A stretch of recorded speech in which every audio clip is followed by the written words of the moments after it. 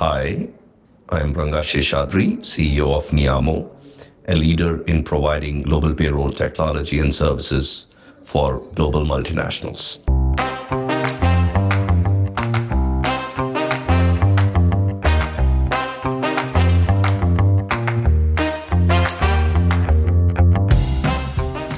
You would be surprised to learn that most companies outsource their payroll processing. There are multiple reasons for this, ranging from changing compliance requirements to the need for manual work to confidentiality. Globally, companies spend about $50 billion in payroll software and services. In this episode of the Spotlight podcast, your host Akshay Dutt is talking with Rangarajan Seshadri, the founder and CEO of the leading payroll solutions company Neeyamo. You can compare Neeyamo to a company like Infosys. It serves Fortune 500 clients across the world, but with a focus on payroll.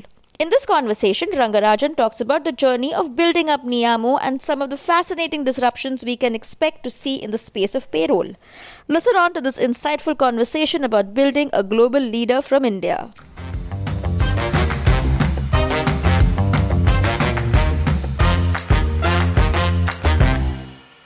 I was born in 1974. My dad worked in State Bank of India. My mom was a doting mother. Because I was a late kid, he retired pretty early. So I came to Chennai when I was in 8th standard, did my higher secondary year and joined engineering. So I did computer science engineering and got a job in a leading IT software company called Square D. After that, I went to the US. For 2-3 years, did consulting, roamed around US. You went on your own or your employer sent you there? So I finished and then I got employed by another employer, then went to the US. I had a fun. I was 21, 22, 23. The world was open. I had a lot of money in my pocket. And then I came on a holiday here. I realized my parents missed me. They were okay for me there, but I thought it was my duty to get back. So I came back here, joined a company called Exaware. For all my life, I worked only for one boss. I moved jobs with him. Today, he's the chairman of Neeyamo. So came to Exaware. He was moving to Exaware. I moved with him to Exaware. Spent about 12 years. And tell me about Hexaware. Was it an Indian company or a top 15 Indian IT services company? They were transforming themselves in early 98. They hired a bunch of different management. My boss, Ashok, was one of them to transform themselves. And then the whole management moved them for the top 15 IT services. When we had left in 2009, they were top 10, one of the top 10 IT services company in India. So that's where my exposure to HR started. And what kind of work did they do? Typically, there would be some focus industries or... So they started with all kind of services, and then we focused on 3 broad areas, ERP and EAI integration and other areas. But ERP, at those days, there's a lot of focus on the HRMS, right? That's where my foray into, they were a leading PeopleSoft implementation support partner, plus other IT services. I was focused on the enterprise, the PeopleSoft part of it. So that's my introduction into HR and payroll, where I implemented, supported a lot of customers. Then, so Ashok went on to become the CEO of their BPO business. We started their HR outsourcing arm of Exaware called Caliber Point. So I moved to head the HRO services part. This is what we call HR outsourcing. So across the hire to retire of an employee, there was a lot of processes that we supported, background screening and performance management support, learning support, all of that. So those are all of the things that we supported. And then in 2009, me, Ashok, and a bunch of another Vivek, Rohan, and Sam, 5 of us started Neeyamo. So what was the triggers? What made you want to leave steady, stable, well-paying jobs? We had spent about 10, 15 years providing services to global customers. We realized that if we had to, and that's where this global payroll today was born, the idea of creating a global solution for HR and payroll, right? And we realized that not a lot of companies were focusing on high markets like the US, Germany, UK, but all global organizations had presence in 100 plus countries. There was to be a solution for it. I thought we could provide it. So in 2009, we were just 5 of us. We had very little investment, no money. So one of our friends ran a company and he had a floor that was free. So he said, it's 100 seats are available. Just pay per seat and then we will see. So this is 5 of us. So we used to switch off all the lights and sit in one corner because we just paid for that 5 seats. And if people used to come and visit us, they used to get scared because the whole place was like Bhoot Bangla, right? Everything was switched off. So the first 3-4 years of our journey, we were focusing on broad-based HR services. And then our focus shifted from HR into payroll, creating the payroll technology, moving payroll from a services to a technology. And where we are today. So if I had to break down our journey, 2009 to 2013, we did everything HR, right? Back all the hire to retire processes. And this was basically a people intensive kind of a work. Exactly. It was more services. And then when we were doing that for customers, we realized global payroll, which is providing payroll to multi-country as a single platform and as a single solution, was missing in the marketplace. We realized we could build it. And for that, we needed technology to build. So we built the technology, moved from being a broad-based HR services company to a payroll technology and services company. And now moving that technology and services play to be a pure play technology provider or a SaaS provider. So that's how, if I have to break it down, 2009 to 2013 was a more HR, broad-based HR services company. Our first customer was a Japanese customer. So that, like, the first client, this Japanese company, you were doing like everything for them. Like you were their HR help desk. They had grown by acquisition. They had multiple recruiting companies they acquired, and we were unifying their, what they call an applicant tracking system. So each company had their own applicant tracking. So you unify it. And then we moved on. There's an Indian company that we won as the first HR services company. And then there was a very large Fortune 500 company that trusted on us. Parallelly, we built a very strong background screening practice around background screening, providing background screening services for lots of companies in the US, being a back office, and also doing it in about 180, 190 countries, all your education, employment, professional checks, criminal checks, all of that. So this background verification needs a lot of local presence, right? How do you check if the person has a court record or a... Yeah. So most of the education employment was calling, right? So we had people calling. And for things that needed last mile connectivity, we had vendors, partners, our own consultants in all these 190 countries who would then go to a courthouse or go to an educational institution, get the chapa or whatever and get it back, right? So we built a network, and that network later helped when we moved to payroll. Because while payroll, most of it can be through technology, there are compliances where we need to go and file, and then there are local rules that needs to be, if there are rules were changing, we needed expert in each of these countries. And then what happened, because we built a network for the screening part of the business, that got extended to the payroll part of the business. So there was a synergy. And then from then on, we moved where we are. Okay. So when did you, get your first client for global payroll? 2014, it was a large FMCG company. We won the first deal to manage global US based. UK headquarter, but present in 67 countries. So that was our first deal, about 30,000 employees. And then no looking back after that. Yeah, and who was doing client acquisition? Like this would have been a major heavy lifting. Myself and Vivek. Vivek is our head of sales, and I have a natural instinct to sales. Apart from the 5 founders, we then hired a lot of leadership after that, right? Vivek and Subbu runs all of our product division. We had other people who moved into it. But primarily sales today rests with 3 of us in marketing. So me, Vivek and Guhan is primarily focused on customer acquisition. Sam runs marketing for us. So if I have to look at the go-to-market strategy, we 4 of us focus on. Tell me that product or the technology evolution when you started working on in 2013, you started working on creating a global payroll service. So what did that mean? That meant you needed to be able to do compliance across the world. And before that, actually, first, what does payroll service include for someone who's not from this HR space? Okay. So if you look at payroll, it means paying the employee. So payroll service include paying the employee, right? But if I have to break it down, there are 3 parts to if you have to look at breaking it down, number 1 is data coming in. So your customer has the data in their own HRIS, compensation data, leave data, absence data, and other expense data, all the other related data. Reimbursements, incentives. Everything. Absolutely. So the data comes in, then you validate all the data. Then how do you validate the data? Like it's a manual checking, basically. No. So that's what our technology does. So let me explain what payroll processing is, and then let me break it down. So the validation happens, then we have country engines that run payroll gross to net, what we call. So for India, there is rules that is configured a particular engine. So it comes in, does it, US, Germany, UK. And then there is output, which is compliance filing, your integration to GL, finance, whatever. And then your ESS, MSS, where people view their pay slips, sending bank files so that they could get employee salary, blah, blah, blah. So this is the whole process. So we built a system. A lot of people think the key to payroll is just running payroll. That's not one part of it, right? And if you configure a particular platform for the rules, India rules or US rules, it pretty much runs for everybody. For you, Akshay, Ranga, it runs. There's no issue, right? But 60% is the data validation, right? So we built a technology which had 4 or 5 parts and we brought it together. First is the input side of it, where we had AI ML based solution. So if the client was sending in data through integration or manual upload, then we need to make sure we have all the necessary validations done. For example, Ranga's last month salary was 3,000. This month is 5,000. Why? Was there an appraisal cycle? Your total cost of salary for India was 1 crore. This month, 1 crore 25 lakhs. Have we added people for 25 lakhs? Have we done an appraisal cycle? So what we do is we have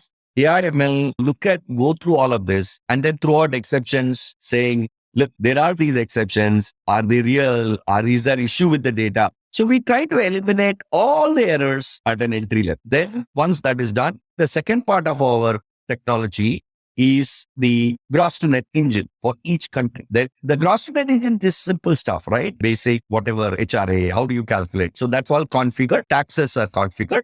Calculation happens. Payslips is generated. Back file is sent. Then the third part of our technology, which is downstream integration, your finance integration, GL integration, whatever, right?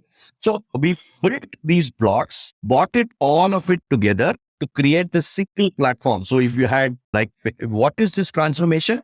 Like if you had finance systems across the globe in one finance system, HR system across the globe in one. Today, we define this the payroll Hyperloop, and we have a single platform that runs payroll for all the countries you are present in. So what is a Hyperloop? Point A to point B, remove all the friction, right? And make it seamless. And our vision is to take payroll real time. Today, payroll is a batch. So you get inputs 24th, there's a cutoff, leave absence happens, blah, blah, blah. So we want to take payroll real time using our Hyperloop. What is taking it real time is if an employee works 10th of the month till 10, for example, today is 10 till 9, for some reasons, he wants to take his salary till 9. He has a party, he has a marriage, he has to go. So he click of a button, it happens. All the reconciliations, the filings can happen on the month end. Nobody works. So we call this the straight through processing. So we want to eliminate any bit of manual intervention, take our technology that sits within the client's ecosystem of HR technology, make it seamless and deliver what we call the Hyperloop or straight through processing.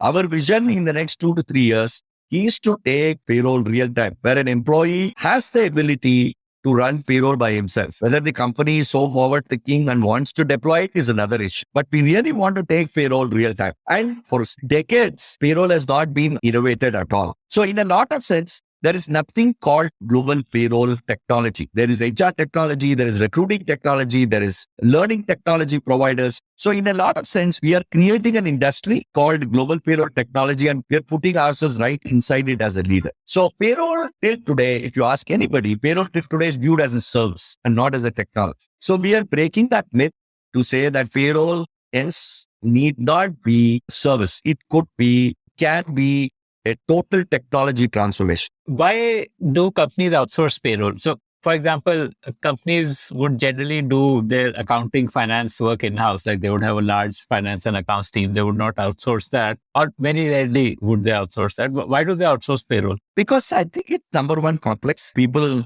underestimate it.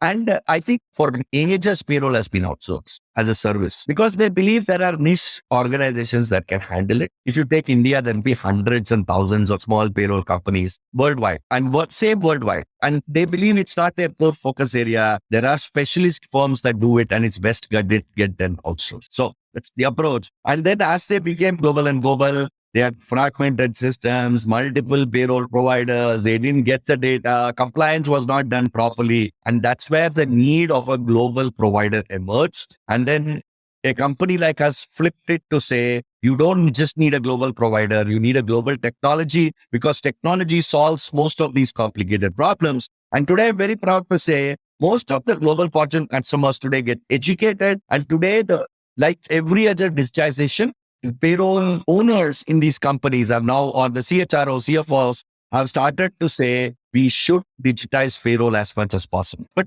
please be aware, payroll is a very sensitive area, actually, because if it's not broken, don't fix it. It's always been the approach because the heat, if you don't pay employees, can get very loud. It can hit the board in no time. The cost of a mistake is Very high. And the dissatisfaction, the board gets very jittery about it. We have done something to an industry that's not been done for 100 years. And that's what drives us, people in Neeyamo. most HR ERPs. And now my exposure to HR ERPs is as a small business owner. Say in India, you have Darwin Box, and I'm sure each country would have these kind of HR systems. No, there are large HR ERPs. There are global systems like Workday and Success Factors and Oracle. And So most of them come with a built-in payroll module. And so why the need to outsource when that technology is already there? Like Darwin Box would have built that engine of gross to net. please understand, our business is large enterprise to large enterprise. We're not talking about these 50, 100 people that will run payroll in that platform. We're talking about global customers who are present in 80, 100 countries, trying to integrate and create a single platform. So please understand, Neeyamo solution is a large enterprise solution. And to an extent, mid-enterprise. You have 5,000, 10,000 employees across 30, 40 countries. Ideally, it's not for a single country solution. It can work, but our proposition is built for large enterprise, Fortune 500, Global 1,000, and to an extent, medium enterprise, right? 5,000, 10,000 employees. But the key is you're global. And today, everyone aspires to be global. The key is having this, like you have a finance system for all your entities globally, like you have an HR system for all your employees, you have a payroll system for all your employees across all the countries of operations. Imagine a CFO sitting and viewing the dashboard, just one single dashboard across all countries of operations for payroll. CHRO viewing. So that is fundamental transformation, which today is very fragmented. Like you said, it happens country level, it happens. And then what happens is there are multiple. So we have not only created the payroll technology, there are multiple ancillary products that needs to be created if I have to take it to the Hyperloop. For example, time, absence, expense, mini HRIS. Where, like, for example, they would have rolled out the HRIS in large countries, but smaller countries will still be on spreadsheet. But for my Hyperloop to work, I need every part of it automated. I cannot have a single. So what we've also done is, along with this PayCom, which is our payroll technology, we've also built the point solutions which needs to be automated, like your time, your absence, your expense management, your key hub, which is your HRIS. So that take the client existing technology platform, take our products, integrate, integrate the Hyperloop is for. I should not have for even a single country manual intervention in that whole Hyperloop. And so once you got into, I want to know how you actually launched the global payroll service. How did you build the engines for each country, like that gross to net engine? How did you get the compliances in place? Okay. So what happened is, so the first we built the middleware, which is the which is the input processing and then the output. We started to use partners engines in each of the country for the in-country. Like each country would have some software provider who does payroll. Yeah. And then we were integrated with them. And then what we did, we started to then configure. So there's a base configuration and country level configuration. So today, 114 countries are configured in our own engine. We will take it to 130. At 130, we would have covered the globe. I mean, there may be a few countries outside. So what we did is this is a good question. So we have the technology team that please understand this is all configuration. There's no coding involved in this. Yeah. There's a lot of local know-how. You need to know the rules for each and every country. So what we did is we split our global world into 10 regions, like Middle East, Africa, North America, Latin America, like that. We split it. And for each of the regions, we had accounting, chartered accountants, legal people, in-country consultants who will work. And then there is a configuration team, technology team. So these two combine and created the engine. And then we have to lift the engine because it has to. For example, in the COVID last 2 years, everything changes every month. So the in-country team and the regional teams analyze what are the changes, how should it be implemented. So we have the product team and then we have the people behind the product. And hence, not like a very cute SaaS company, we are not 300, 400 people. Our product team is 300, 400 people, but the bulk is because for each of the country, you need people behind the product.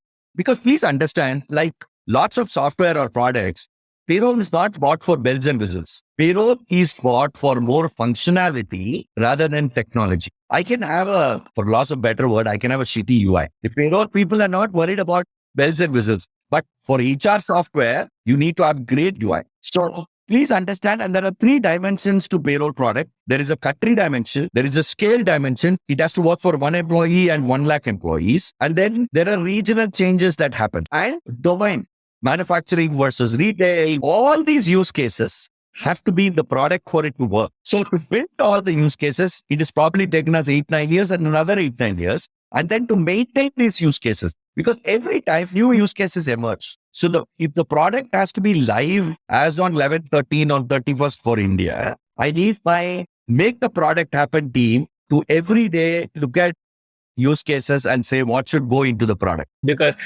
there could be a new notification, there could be some change.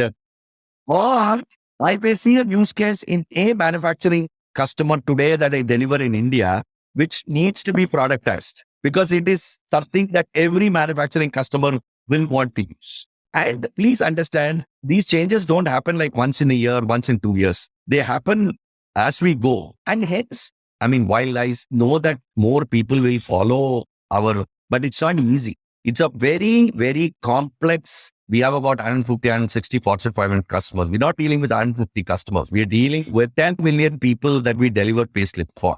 So we are dealing with 10 to 12 million customers.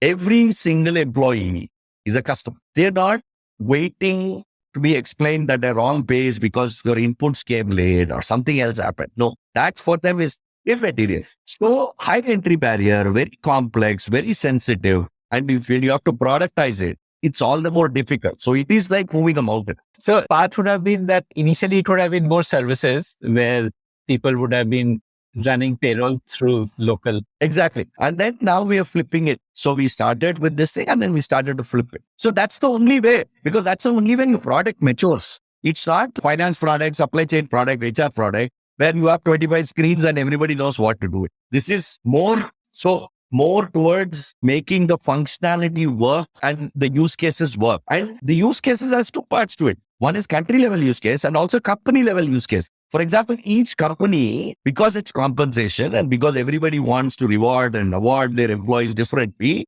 they've all gone exotic. And I keep telling people, why do they complicate payroll? But that's what. But they've all gone exotic. Give me examples. Yeah, I'll tell you. Some of these guys, if you are the expat, they move to horses and there are elements for it. For example, I'll tell you, if we do one of our large German headquartered manufacturing client, in Germany, the pay scale of the manufacturing people changes if the temperature goes up because it's hardship. That's like a government law. Okay. Because at 32 degrees, for example, is the optimum. If today it's at 33 degrees, the pay rate changes. We do payroll for one of the largest global resorts and hospitality brand. And for them, what they do is every employee, if it's a small resort or if a small country resort, every employee does 3 roles: front office, reception, back kitchen, and the pay rate changes. If in a day he has done 2 hours in front office, the pay rate is different. If he's worked in the kitchen, if he's served, if it's in banquet. Now imagine in 8 hours, he's done 5 roles because they're optimizing resources, right? They cannot afford to have, because it's a small. And then if you're in retail, we do one of the largest luxury brands. We serve all their retails across the globe in stores and stuff like that. The piece, and these are really big luxury brands I'm talking about, piece that they sell of a diamond versus something varies. Pay scale varies. Pay rate varies.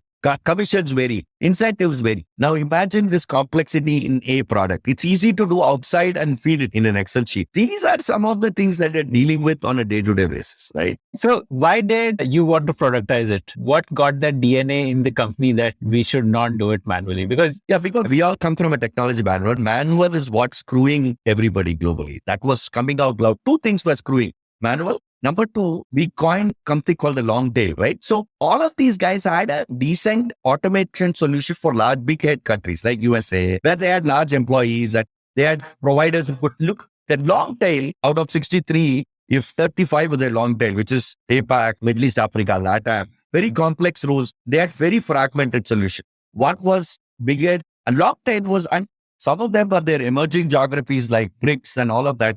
No solution available. We said we came from India. We originated from India. we had a technology mindset. We said, if this problem had to be solved, it cannot be your mess for less. It had to have a technology angle to it.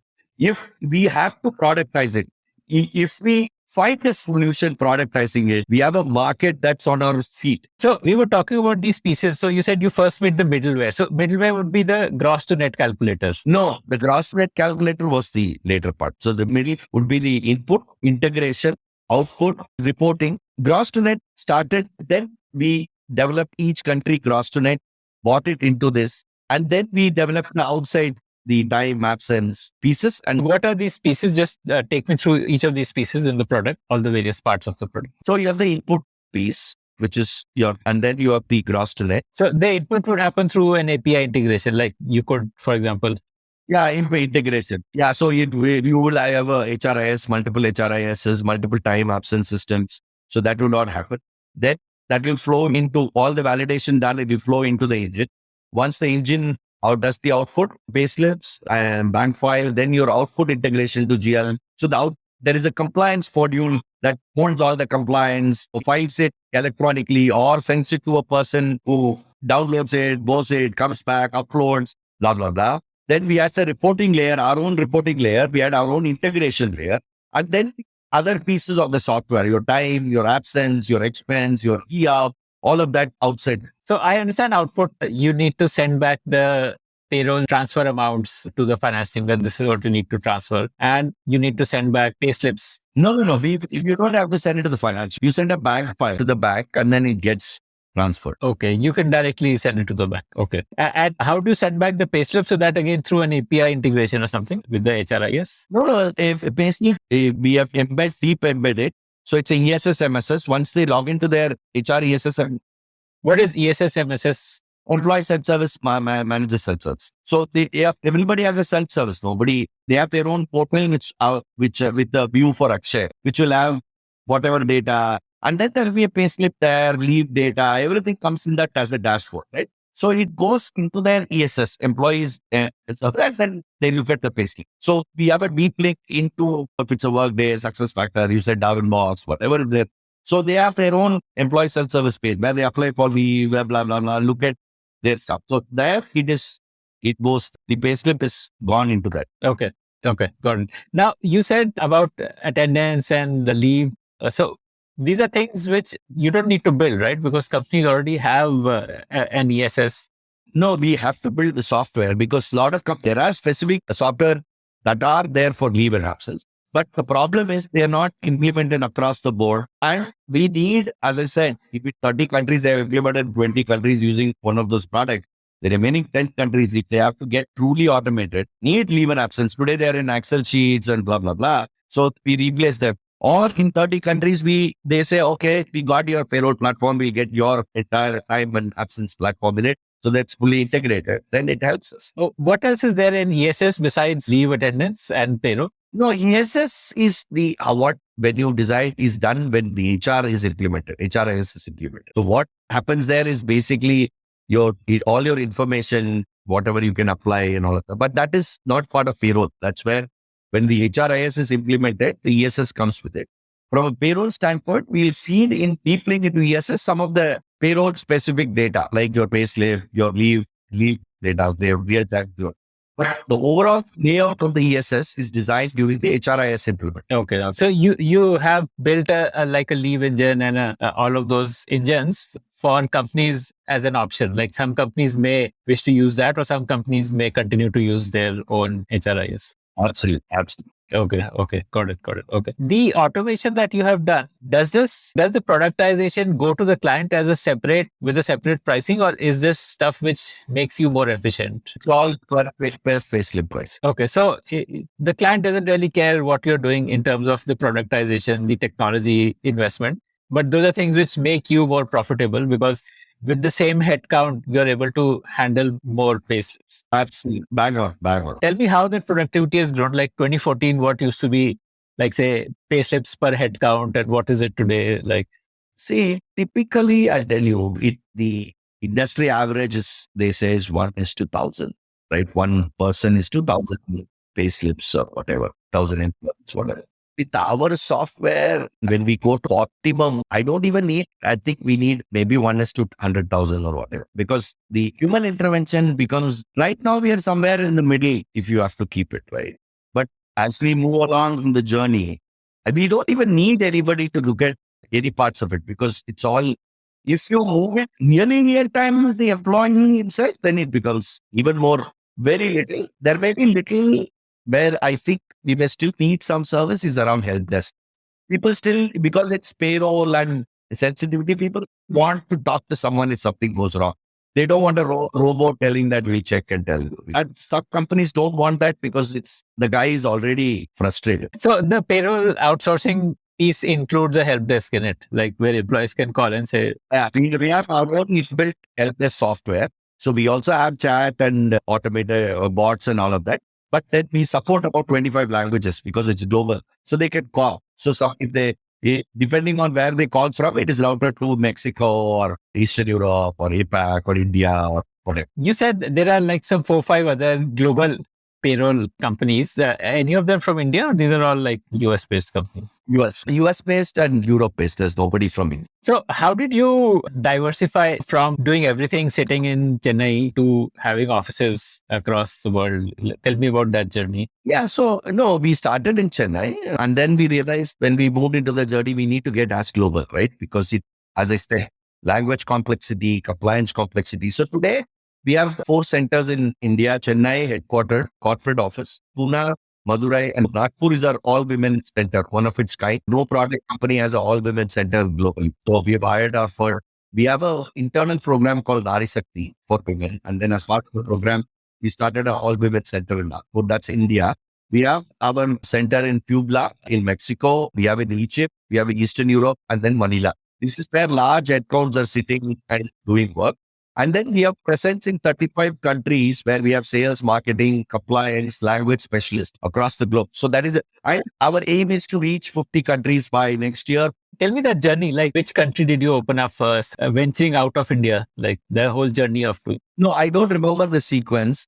From full development centers, India followed by Manila, Mexico, Egypt, Eastern Europe, obviously US. And what was the timeline? Like which year did you open rough? We've been existing for 13 years now. So we've done all of this in 13 years. I really don't have it in my head. But this would have all started after the pivot to payroll, like 2014 onwards? Well, even before that, we had services centers out of Manila, Mexico, because we were HR services.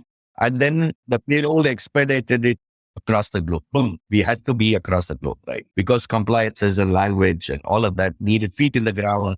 So many things needed. And then, but why do you need a large headcount outside India? Like you need that help desk facility for which you need language specialists, but yeah.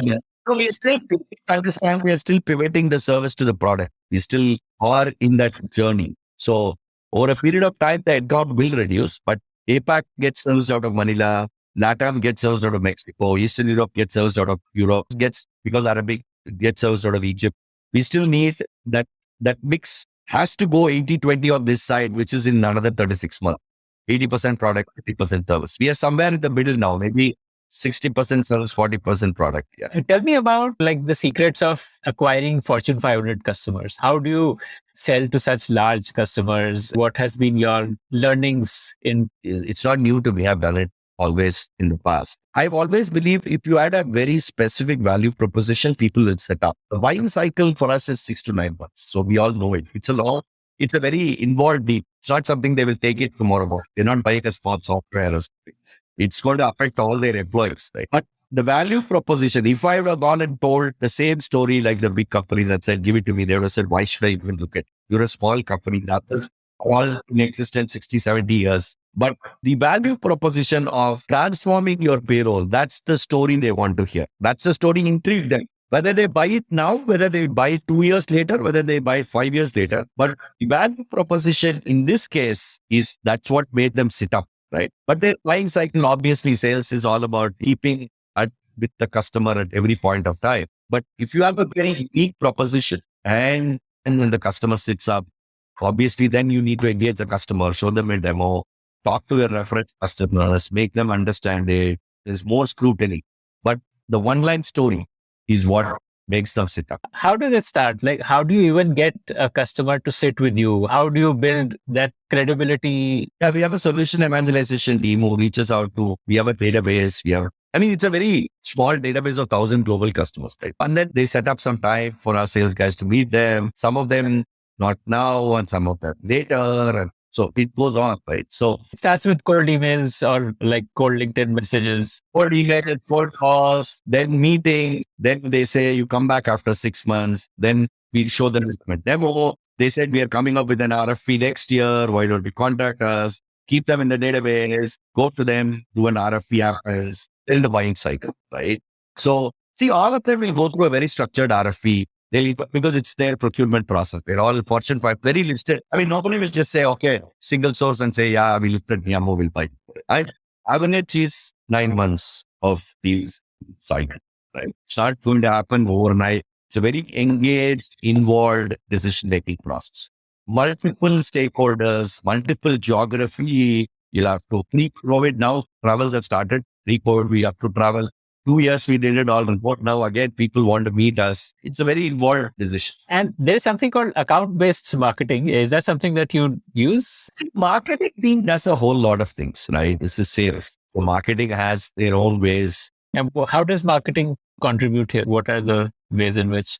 Website, traffic flow. We have a separate track. We have lots of advisories who advise clients on deals. So we map them, educate them, because they are involved like PwC and why a lot of large advisories, because it's a large deal. In social media. Fourth is we conduct a lot of events ourselves, participate in events. So that's the full part. And then that's what drives there. That's what I call keeps the phone ringing. And then sales has their own way. They have a structured database, HR. So when most of them converts, and then you move. Do you spend more on marketing or more on sales? When you say spend, sales is more just resources, right? But space is headcount only. Yeah. The actual spend outside of headcount happens in marketing because there is very large. No, but including headcount, like you would have a total cost of sales team and all of that, and with their incentives, etc. as one. I would still stay at sales because marketing is because sales, we have 50 country sales teams and all of that. There are startups which are offering a similar service. You might have heard of Deal, DEEL. They don't do payroll. Okay, what do they do? There's something called EOR. Neeyamo also does that, employer of record. So what happens is if you want to be global, but you don't have entities. So today's world has opened up a lot of people having work from anywhere, anytime. I can hire 10 programmers in Ukraine and stuff like that, but I don't have an entity. How do I pay them? So that's when we become their employer on record, just on record. That you are. And then, so Neeyamo has a separate service for employer and record that does that, which is not payroll. So please understand, payroll is very different. Some of these deal report, all of them are on employer and record business, what we call EOR. So they would have, even Neeyamo would have basically set up local entities in each of these countries. And these local entities act as or partners or with partners. Okay. And these partners or these local entities are the on-paper employer who's paying out the salary. That's what they are. Yeah. Is this a big part of your service offering, this EOR business? Or not? It's about 10%, 15%. But we are a very large, as I said, our core USP will remain to be the largest. We started this EOR 4 or 5 years back because when we went to RFPs, they had presence in 30 countries, 4 countries, they had no entities, had to support them as part of the larger encompassing. And then now we have a lot of new age companies wanting to be global and that's happening. But EOR companies can never get into payroll. Right? Payroll companies can get into your logical extension, but your company, the reverse doesn't happen. The complexity is too much for them to. This is all what 5 headcounts in Kenya, very easy. And this is like the 30,000, 50,000, a country, 20,000 employees. Like a downward, upward integration from that perspective. Maybe you would also want to have your own HRIS? Maybe 15 years later, I don't. But right now, there's so much of market in this. Why would I even get doing something? It's like a masala dosa shop wanting to start chicken biryani. As the CEO, what are the metrics that you track? What are the metrics that are important? Revenue, profitable. If you just focus on metrics, revenue and profitability. So profitability, what moves the needle there? One is, of course, investment in technology that will move the needle there and make you more profitable. And that is the only, and that the more it becomes our own product, the profitability is very high. And obviously there are other parameters. We have to look at our resourcing. Maybe you still have services around the edges. How do you ensure that they are contained and stuff like that, right? But technology is fundamentally shifting our profit. What is the percentage of profit as a percentage of revenue? Profit as a percentage of revenue? See, today we do about 25% EBITDA. Okay, that's amazing. And are there challenges around scaling up headcount, scaling up employees?